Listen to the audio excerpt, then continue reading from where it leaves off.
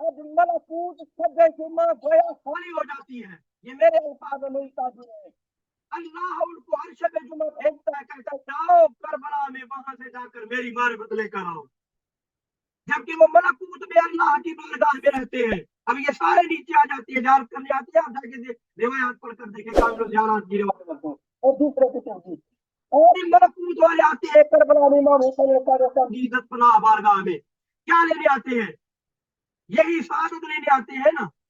جب وہ وارد ہوتے ہیں تو گھر میں جب آپ باب اللہ کے پاس جاؤ گے تو باپ کے باپ کی طرف سے آنا چاہیے. رسول کے علم و مکتب و معارف کا دروازہ تھا امیر المومنین علی. حسین کے مکتب کا دروازہ ہے عباس. وہاں سے گزر کر آنا پڑے گا. انبیاء اگر کے اترتے ہیں حضرت عباس سے اتر آتے ہیں. اور جب وارد ہوتے ہیں کربلا میں امام حسین کے پاس تو آپ خود قبر مطہر سید الشہداء کو دیکھیں. پارٹی کی طرف سے حضرت علی اکبر شبیہ ہے پیغمبر صلوات اللہ علیہ مدفون ہے, وہاں پر تدبین ہے ان کی. اور سینے پر حضرت علی اصغر ہے. روایت آپ سن چکے ہیں. بی بی پاک رباب حضرت سیدہ نے صلوات اللہ علیہ پوچھا تھا امام سجاد سے میرے بیٹے کو کہاں دفن کیا تھا؟ مولا نے فرمایا میں بابا کے سینے پر دفن کر کے آیا ہوں. یہ علت ہے, میں کبھی بتاؤں گا کیوں سینے پر دفن کیا گیا. پارٹی میں شبیہ پیغمبر حضرت علی اکبر, سینے پر ہے حضرت علی اصغر باب الحوائج. جب یہ انبیاء آتے ہیں مانگنے کے لیے, کوئی کاسے نجیت لے کر آتا ہے, کوئی گھر پہ خلت کو لے کر آتا ہے, کوئی حسن و حسنات کی بھیک مانگنے آتا ہے, کوئی کلام و تکلیم مانگنے آتا ہے. جب وارد ہوتے ہیں حضرت عباس سے تو مولا حسین کے سینے پر بیٹھے ہوئے حضرت علی اصغر وہ آ کے مانگتے ہیں نا, مولا ہمیں بھی ایک مرتبہ پروردگار, یا اس طرح کہے پروردگار حسین علیہ السلام کا صدقہ بے حق الحسین امین کا صدقہ عطا کر. گویا امام حسین علیہ السلام فرماتے ہوں گے کیا ہے میرے بیٹے علی اصغر ان کو دے دے. وہ باب یہ حضرت علی اصغر کے بارے میں تھا. مولا کی توفیقات میں اضافہ فرمائے. اگر آپ اجازت دیں تو میں ایک دو جو ہے شعر بھی حضرت علی اصغر کے بارے میں عرض کر دوں. جب وہ چلے ہیں جو ہے کربلا کے میدان کی طرف تو حضرت علی اصغر صلوات اللہ علیہ کو امام حسین اپنے ہاتھوں پر لے کے گئے تھے. تو اس کیفیت کو تھوڑا بند کیا ہے کہ اوڑھ کے ہیبت حیدر قدم امامت سے چلا. چل حضرت علی اصغر رہے جہاں میدان میں حضرت علی اصغر باب الحوائج تھے, جا رہے تھے, لیکن لے کے امامت جا رہی. اوڑھ کے ہیبت حیدر قدم امامت سے چلا, مسند عبداللہ پہ بیٹھ کر قیامت سے چلا, بلا کر شہادت کو بڑی شہامت سے چلا, صغیر تھا مگر تھا کتنی کرامت سے چلا, تمام قہرمانوں سے سوا اصغر جیت گیا, ہنستے ہنستے پوری کربلا اصغر جیت گیا. یہ مولا علی اصغر کے بارے میں تھوڑا سا تذکرہ ہوا جو ہماری سعادت تھی. اب آپ اجازت فرمائے تو ایک حدیث کم از کم پڑھ لیں جو ہے غیبت نامانی کی. معرفت امام ہم پر واجب ہے. ہم کتمان سر پر بات کر رہے تھے. انشاءاللہ کل جو ہے میں سر کسے کہتے ہیں, راز کیا ہے, ان کو روایات اور احادیث سے بیان کروں گا. لیکن ایک حدیث جو ہے ہم پڑھتے ہیں. کتنی حدیثیں ہم نے پڑھی تھی؟ 3 حدیثیں پڑھی تھی. جی ہاں, دوسری حدیث چوتھی حدیث کو ہم بیان کرتے ہیں کہ حدیث ہے علی ابن فضال سے. اس نے کہا کہ صفوان ابن یحییٰ نے جاتے ابو عبداللہ جعفر ابن محمد صلوات اللہ علیہ سے حدیث ہے, انہوں نے فرمایا کہ انہو قال, امام نے فرمایا کہ لیس ھذا الامر معرفتہ و ولایتہ فقط, یہ امر یعنی ولایت امیر المومنین اور ہماری ولایت اور ان کی مقامات مدارج معارف فضائل وغیرہ جو بھی ہے, یہ امر اور اس کی معرفت فقط آپ کو حاصل نہیں کرنی ہے اور اس کی ولایت آپ کو حاصل نہیں کرنی. آپ پر واجب ہے کہ آپ حتی تستر عمن لیس من اہلہ, آپ پر واجب ہے کہ آپ اس کو حاصل تو کریں لیکن اس کو